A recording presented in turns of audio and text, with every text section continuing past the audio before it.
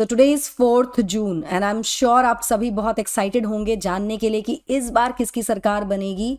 Before we get into the news जो हम topic discuss करने वाले हैं, थोड़ा सा रिव्यू कर लेते हैं अपने जनरल इलेक्शन शेड्यूल को। यहाँ पर जो 18वीं लोकसभा थी हमारी, इस बार का जो इलेक्शन हुआ है वो 7 फेजेस में हुआ था। 7 फेजेस डिसाइड किए गए थे, 543 कॉन्स्टिट्यूएंसीज पर हुआ था और रिजल्ट आज घोषित किया जाएगा।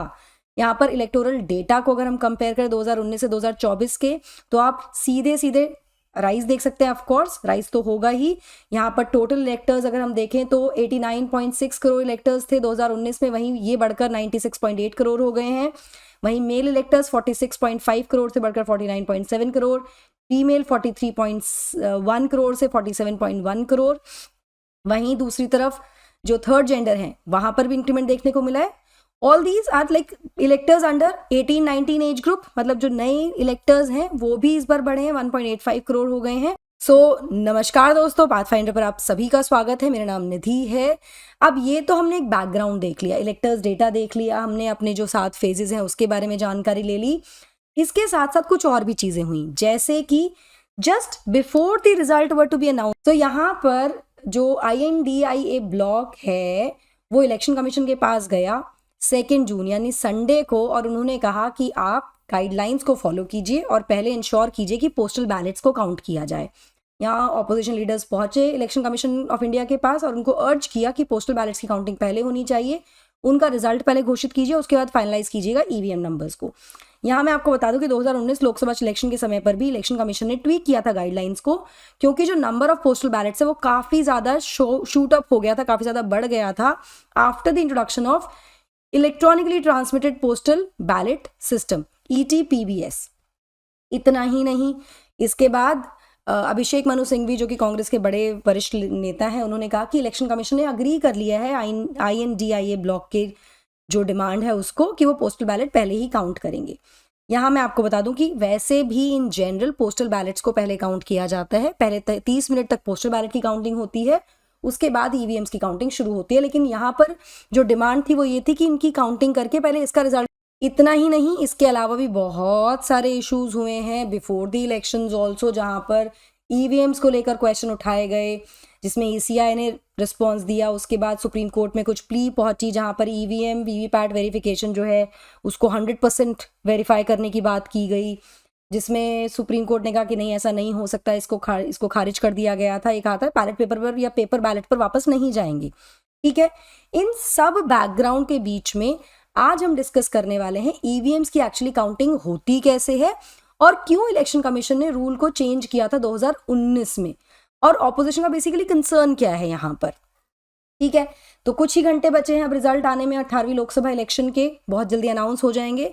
इस बैकग्राउंड में या रिजल्ट आने से पहले ही ऑपोजिशन लीडर्स पहुंच गए थे इलेक्शन कमीशन ऑफ इंडिया के पास कि आप जो पोस्टल बैलेट्स हैं उनको पहले काउंट कीजिएगा, उसके फाइनलाइज कीजिएगा EVM नंबर्स को। यहाँ दे आज द इलेक्शन कमीशन की वो डायरेक्शन इशू करे एज पर rule 54A of the conduct of election rules 1961, which says जो रिटर्निंग ऑफिसर होता है, जो RO है, वो पहले डील करे पोस्टल बैलेट पेपर्स को। तो यहाँ पर ये भी डायरेक्शन इशू करने के लिए कहा गया।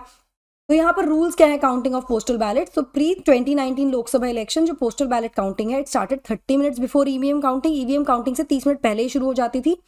जो भी पोस्टल बैलेट्स हैं उनको काउंट किया जाता था before EVM counting could be completed, मतलब EVM काउंटिंग के खत्म होने से पहले काउंटिंग शुरू हो गई EVM की, लेकिन फाइनल रिजल्ट घोषित किया जाएगा जब पोस्टल बैलेट की काउंटिंग हो जाएगी, उसके बाद EVM की काउंटिंग का रिजल्ट और फाइनल रिजल्ट घोषित किया जाता था। तो बेसिकली रिजल्ट जो था EVM काउंटिंग राउंड्स का, उसको अनाउंस नहीं किया जा सकता before finalising postal ballot counting. ये 2019 से पहले होता था। 2019 में इलेक्शन कमीशन ने इस गाइडलाइन को ट्वीक किया थोड़ा सा, because the number of postal ballets it shot up, काफी बढ़ गया था because of the introduction of electronically transmitted postal ballot system. और जो मैंडेटरी काउंटिंग है VVPAT की, VVPAT स्लिप्स की और 5 रैंडमली सिलेक्टेड पोलिंग स्टेशंस, इसकी वजह से क्या हुआ था कि थोड़ा सा ट्वीक किया गया था। Now post 2019 election, Lok Sabha election क्या हुआ इसके बाद, EVM counting can proceed respective of the postal ballot counting stage, मतलब EVM काउंटिंग चलती रहेगी 30 मिनट के बाद। Postal ballot counting still start 30 minutes before EVM counting, 30 minute पहले शुरू होती हैं, लेकिन it does not need to be completed first, इसको पहले खत्म करना जरूरी नहीं है, which is the demand basically. कितने पोस्टल बैलेट्स रिसीव हुए हैं प्रीवियस इलेक्शंस में? तो 2019 में पार्लियामेंट्री इलेक्शंस जो थे उस समय total of 22.71 lakh ballets receive हुए थे, जो कि केवल 0.37% था टोटल 60.76 करोड़ वैलिड वोट्स का। जो नंबर ऑफ पोस्टल बैलेट्स थे वो एक्सपेक्टेड है कि इस बार बढ़ जाएंगे। अब की बार नंबर बढ़ेगा। क्यों बढ़ेगा? क्योंकि कुछ एडिशनल कैटेगरीज को इंक्लूड कर लिया गया है, जैसे कि जो पहले तो एसेंशियल सर्विस वर्कर्स थे जैसे डिफेंस, उनके लिए पोस्टल बैलेट होता था। अब यहाँ पर 80 साल से ऊपर की आयु के जो लोग हैं उनको भी इंक्रीज किया गया, उनको भी ऐड कर दिया गया with the persons with disabilities, ये भी पोस्टल बैलेट यूज कर सकते हैं ना। जो एज है इसको 80 से बढ़ाकर 85 कर दिया गया है फॉर सीनियर्स, एंड साथ में कोविड-19 पेशेंट्स को भी इंक्लूड किया गया लिस्ट में, जो कि एलिजिबल है पोस्टल बैलेट्स के लिए। तो इस बार जो है चांसेस हैं कि पोस्टल बैलेट का जो नंबर है वो इंक्रीज होगा, और शायद ये एक बहुत बड़ा रीजन है जिसकी वजह से दी ऑपोजिशन वांटेड कि पोस्टल बैलेट की काउंटिंग को फाइनलाइज करने के बाद ईवीएम काउंटिंग शुरू हो। नाउ अब जानते हैं कि रूल्स क्या कहते हैं। तो यहाँ पर जो ओवरसी करता है काउंटिंग ऑफ वोट्स को, इसके लिए एक रिटर्निंग ऑफिसर अपॉइंट किया जाता है इलेक्शन कमीशन ऑफ इंडिया के द्वारा, जो कि इंश्योर करता है जो वोट्स हैं वो काउंट की जा रही हैं एज पर रूल्स और एक फेयर मैनर में काउंट की जा रही हैं। आरओ को सपोर्ट करने के लिए there are AROs, assistant returning officers, जो रिस्पॉन्सिबल होते हैं for the counting in assembly segments falling under the respective parliamentary constituency. How EVM votes are counted, ये सबसे इंपॉर्टेंट चीज है। ईवीएम वोट्स काउंट कैसे होती हैं? तो ईवीएम्स जो कि स्टोर की जाती हैं स्ट्रॉन्ग रूम में हर पार्लियामेंट्री कॉन्स्टिट्यूएंसी के, जो भी पार्लियामेंट्री कॉन्स्टिट्यूएंसी है उनके स्ट्रॉन्ग रूम में इनको रखा जाता है वोटिंग के बाद, और इनको उसी दिन बाहर लाया जाता है जिस दिन काउंटिंग होती है। अनसील किया जाता है इनको in the presence of representatives from all political parties. तो there are representatives from all political parties, they are bureaucrats there, जिनके सामने इनको अनसील किया जाता है। उसके बाद आरओ जो है they count the votes through postal ballot. Counting of vote begins 30 minutes after the postal ballot count. जो ईवीएम की काउंटिंग है वो 30 मिनट बाद शुरू होती है, यानी अगर 8 बजे काउंटिंग शुरू हुई है तो 8 बजे पहले पोस्टल बैलेट काउंट होंगे, फिर 8:30 से ईवीएम काउंटिंग शुरू हो जाती है। केवल जो कंट्रोल यूनिट्स होती हैं ईवीएम की, उनकी रिक्वायरमेंट होती है ड्यूरिंग दिस प्रोसेस। जो मेन यूनिट होती है ना कंट्रोल यूनिट जो है उसकी। ना जो काउंटिंग ऑफ वोट्स हैं हर असेंबली सेगमेंट की with in the parliamentary constituency, ये एक हॉल में होती है। मतलब एक पार्लियामेंट्री कॉन्स्टिट्यूएंसी है, इसमें ही सबके जो जो असेंबली सेगमेंट्स हैं उनका एक हॉल में इनको रखा जाता है। जैसे कि लेट्स से एक पार्लियामेंट्री कॉन्स्टिट्यूएंसी है, उसमें विधानसभा की 4 सीट्स हैं फॉर एग्जाम्पल हाइपोथेटिकली, तो इन चारों सीट्स की जो ईवीएम्स होंगी ना वो एक ही हॉल में रखी जाएंगी। This is what it means, where 14 tables are set up and control units of EVM are distributed among the tables. Now counting क्या है वो एक से ज़्यादा जगहों पर भी हो सकती है with in the assembly constituency under the supervision of ARO। अगर वो असेंबली कॉन्स्टिट्यूएंसीज बहुत दूरी पर हैं, बहुत ज़्यादा डिस्टेंसेस पर हैं, तो वो अलग अलग जगहों पर भी हो सकती हैं, लेकिन उसके लिए सुपरविजन लगेगा ARO का।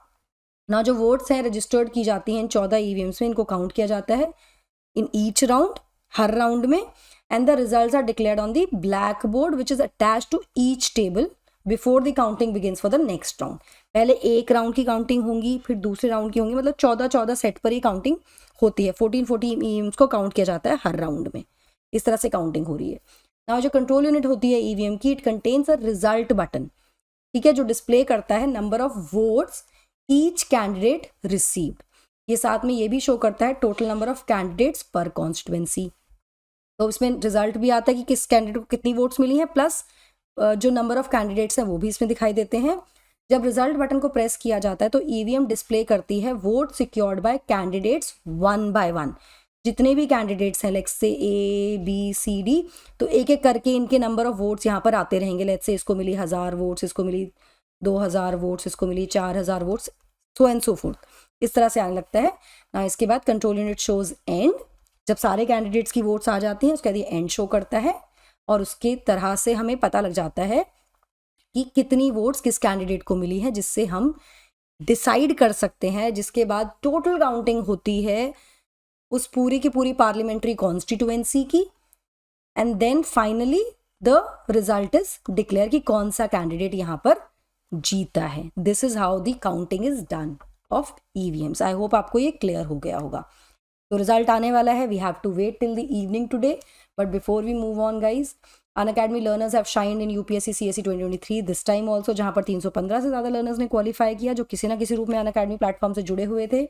आप भी इनमें से एक हो सकते हैं with the help of Unacademy ice advantage, जहाँ पर आपको कॉम्प्रिहेंसिव कवरेज मिलता है. जीएस का CSAT ऐसे राइटिंग मिलती है, करंट अफेयर्स कवरेज मिल रही है, रेगुलर इंटरेक्शन है एजुकेटर्स के साथ, one on mentorship, doubt solving है, प्लस टेस्ट सीरीज मिल रही है जहाँ पे 40 से ज़्यादा सेक्शनल और फुल टेस्ट आपको यहाँ मिल रहे हैं.